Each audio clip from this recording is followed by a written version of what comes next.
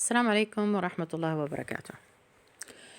We're going to begin today in a series of videos where we're looking in depth into some of the most important documents we use in prosthetic dentistry.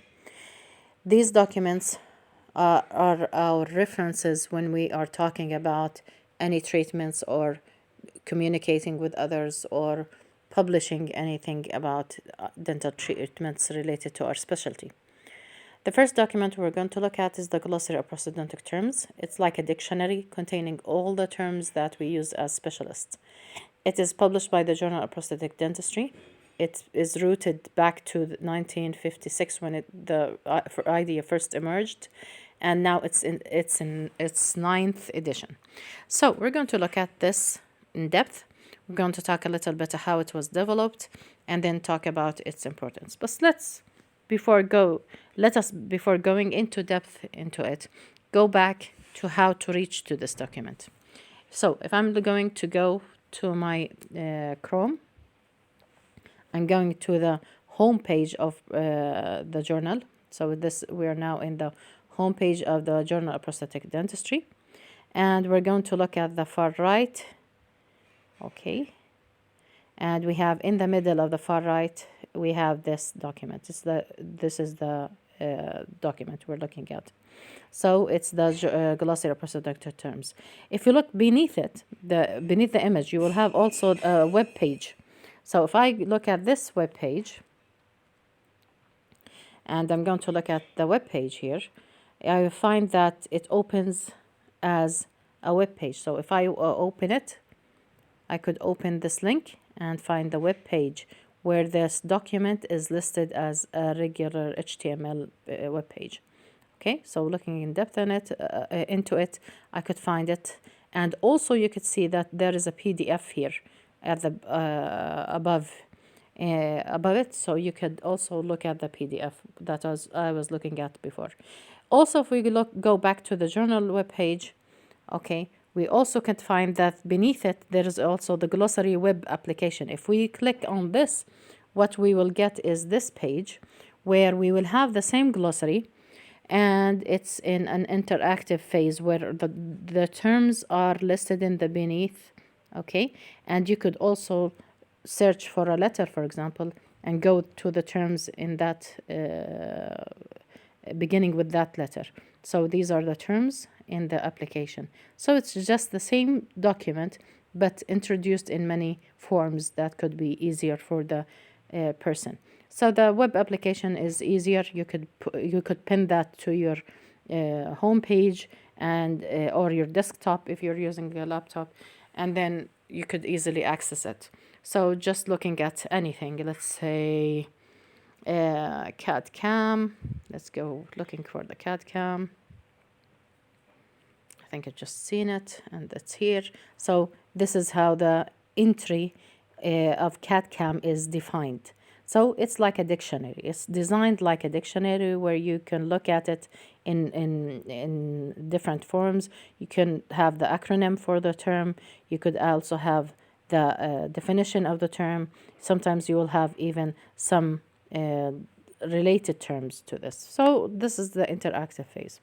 But let's go back to the PDF of it and talk about how it's designed.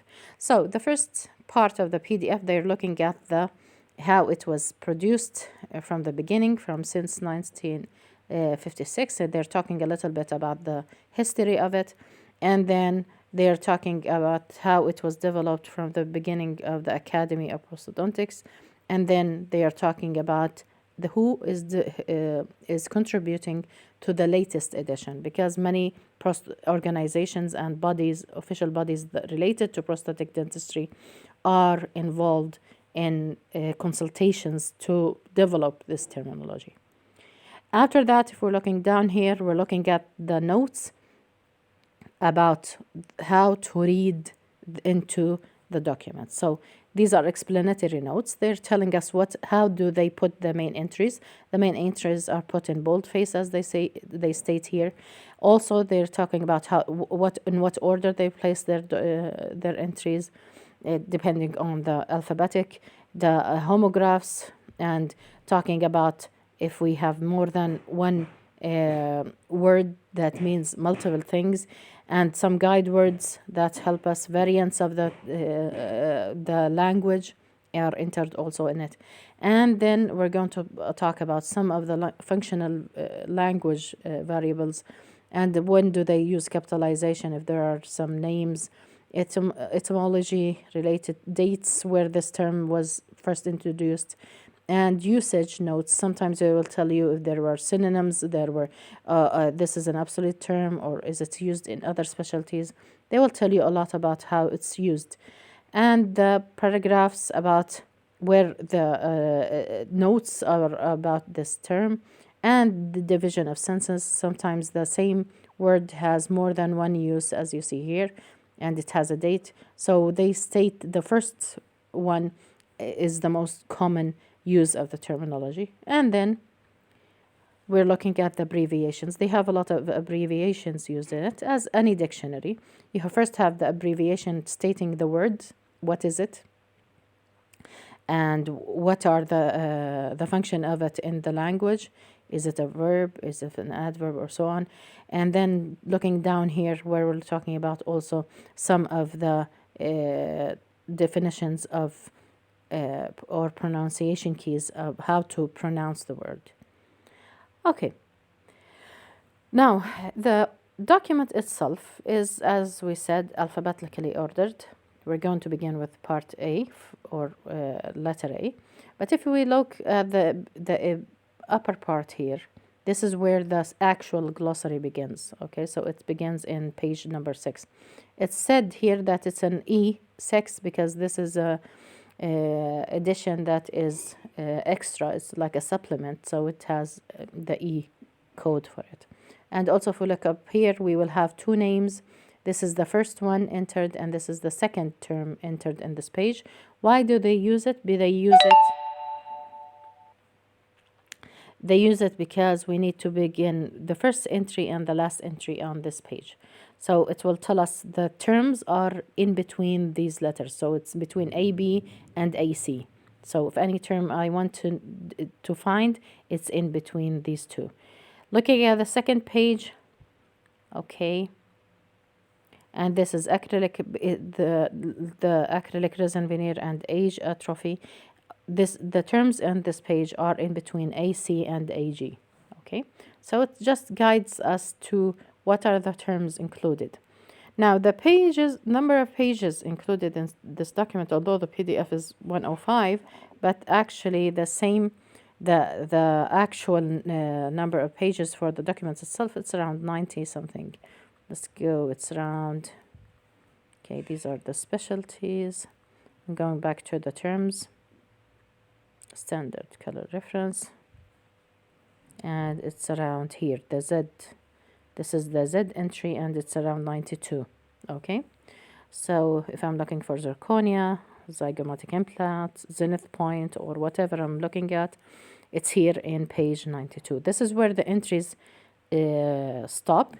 And now we're going to talk about references. These are the basic references that they go back to when they have developed these terminologies.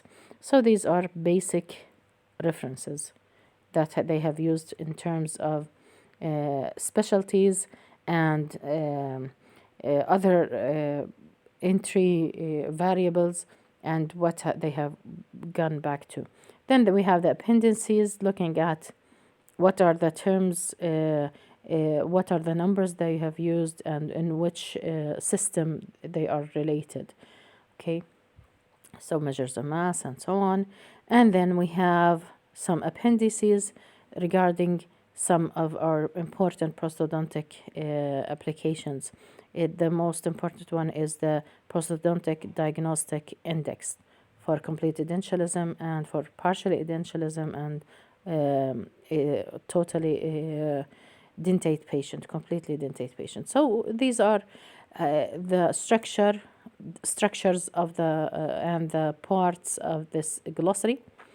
But let's go back up here and let's talk about the entries.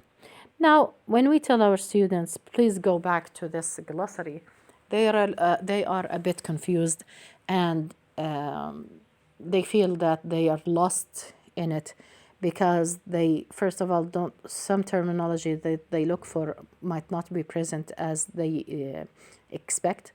And secondly, sometimes when they read a term, they don't know what this term, is it related to the lab? Is it related to the clinic? Is it a material name? Is it a device name? Actually, when they read sometimes the definition and they could not get any clue how this terminology is used. So this will be the subject about our second video, where we're going to look at how to use this terminology and how to explore it for all dental students at different levels. If you're a third year dental student, if you're a fourth year dental student, if you're a clinical dental student in your final years, or even you are a prosthodontist in your board exam, preparing for your board exams, or in your residency. This is what we're looking at, how to make this user-friendly and how to understand it even better. This will be the subject of our second video. Thank you very much.